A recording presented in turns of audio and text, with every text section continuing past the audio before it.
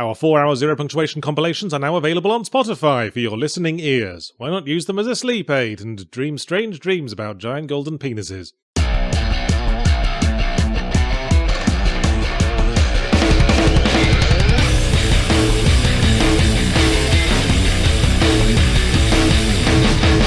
A few of the regular commenters that orbit my magnificence like a roomful of Comic-Con attendees around an unaccompanied attractive woman have noticed a curious pattern emerging in my list of favourite games, in that many of them in some way prominently feature a boat. Think about it: Return of the Obra Dinn, Spiritfarer, Silent Hill 2 as that one bit where James Sunderland goes to a boating lake on World's Most Attentive Husbands Getting Free Day, Dark Souls, has a couple of swords that could conceivably be repurposed as a mizzenmast, and look at all the other clues. He likes Horatio Hornblower books, he owns a bath, he's physically dependent on water to continue living. Clearly we have stumbled upon the secret cheat code that will ensure a positive review from Yahtzee Croshaw. Well, I had to get to the bottom of this. I'd hate to think any aspect of my behaviour had become in any way reliable. If my wife found out, she'd make me start unloading the dishwasher again, so I played a bit of Sailing Era last week, an open-ended RPG management thing set in the Age of Sail that features boats about as prominently as any game could, and which managed to impress me right off the bat by having the ingenious foresight to come out in the middle of January when there's bugger all else worth talking about. Sailing Era is a Chinese game, which come across not dissimilarly to Japanese games, except the characters have this hint of desperate panic in their eyes because they're afraid of being disappeared by the government. Besides that, the main hint that gave it away was that the fucking thing was in Chinese by default, and I had to go bushwhacking through the menus trying to educated guess my way to the language option, which might as well kick off my first criticism. It's localized about as well as an American tourist in the Arctic Circle. The dialogue's all badly framed in the rest of the interface, with occasional missing spaces and line breaks in the middle of words, and generally reads like it got roughed up in an alleyway by Google Translate, which is in immediate contrast to the vibe of internationalism Sailing Era is trying to bring across. It's supposed to be about following a range of characters from all over the world in a wonderful age of exploration and discovery when all the diverse peoples of the globe can come together and find common ground in how much they hate Europeans. Sailing Era is very ambitious and yet at the same time rather off-puttingly simplified. It sets out to make a playground of the entire clit-nibbling world. Every sea and every continent mapped out for you to systematically unfog, with every major port and settlement of the era accurately placed. If they want to bring out DLC for this, they're going to have to let you go to the fucking moon, trafficking cheese across the Sea of Tranquility or something, and yet the sheer number of available ports to visit doesn't count for that much, because all of them are just glorified menu screens, and half the ports in Africa use the exact same backdrop, with the exact same smarmy, conspicuously European-looking dude manning the trading post. I found the central gameplay loop consisted of filling out your map, that is to say, pointing your ship down the coastline, dropping the sails, and hoping to Christ you'll blunder into another settlement before your supplies run out and the crew have to start harvesting each other's toenail clippings for nourishment. But as a core mechanic, charting the world is probably the least interesting activity. Exploring the uncharted regions of one of the most hostile environments on Earth in what amounts to a pile of dead trees and cloth being a notoriously boring pastime. I appreciate there's a limit to the excitement of nautical adventure that can be portrayed when the camera's half a mile up from the action, but maybe my crew of suspicious foreign weirdos could have faced a little more pushback from outposts in remote or hostile countries, so you'd have to butter them up a bit before they agree to let you fill up on supplies and half-price blood diamonds. Or is that asking too much of a game that's already spreading itself pretty fucking thin over a few too many features? I suppose the naval combat element is within the minimal expectations for this sort of thing. It's a serviceable enough splashing around with Playmobil toys in the bathtub sort of affair, based on using awkward steering controls to get the enemy into cannon range. I wish I could make it a little clearer when your cannons are ready to fire. Again, the ships are pretty small on screen, so it's not like we can squint and try to make out if the gunners have reloaded the shot, primed the fuse, and finished their quick game of soggy biscuit. But as well as ship combat, there's also hand-to-hand combat when you board each other, ostensibly. I mean, I'm pretty sure there is. It happened in a tutorial, and that was the last time I saw it. It's entirely possible I was hallucinating from dodgy grog. Couldn't for the life of me figure out how to make it happen after that. Should probably have paid more attention to the tutorial text, I suppose, but with the localization issues, that was like trying to ask directions from a dishevelled person on a street corner screaming about the government listening devices in his urethra. Come to think of it, ship combat on the whole didn't happen that much. I was ambushed by pirates precisely one time while traversing the Gulf of Aden, and in all other cases I had to opt into it by taking bounty missions from outposts, which are both painfully samey and jolly educational, because you look them up and they'll say, go kill some pirates in the Ligurian Sea. So that's a quick alt-tab out and trip to Google Maps before I can even think about adding that to the itinerary. Now be honest with me, viewers, who off the top of their head knows where the Ligurian Sea is? Just you? Alright, clever clogs. Now you explain why the bounty office in Antwerp gave a shit about it. I would summarise Sailing Era as a game full of misplaced effort. I keep turning over rocks and finding all this complex extra gameplay I can't really be bothered with. Like the land expeditions. You go to certain ports and as long as you've done them enough favours and remembered to wear a tie to the governor's office, you can assemble a team and a bunch of supplies on a menu interface about as welcoming as HAL 9000's tax return. But get past all of of that, and suddenly you're in basically this whole other game, cribbing slightly off the Curious Expedition, where you explore a hexadecimal continent, running into random encounters and treasures. And meanwhile, I can make just as much profit from sailing back and forth between Portugal and Sierra Leone a few times to restock all the cafes with exotic African sandwiches. So land expeditions were yet another thing I did all of about once, because it's called sailing era, not cocking about in a meadow period. And now I feel bad for whoever had to sit and write all the random encounter text when they'd rather have been enjoying the sun or a game of soggy biscuit. As for the theory that I automatically like games about boats, I'd call this an inconclusive test, because ultimately sailing era scratched that itch about as well as rearranging nautical themed fridge magnets in a rainstorm.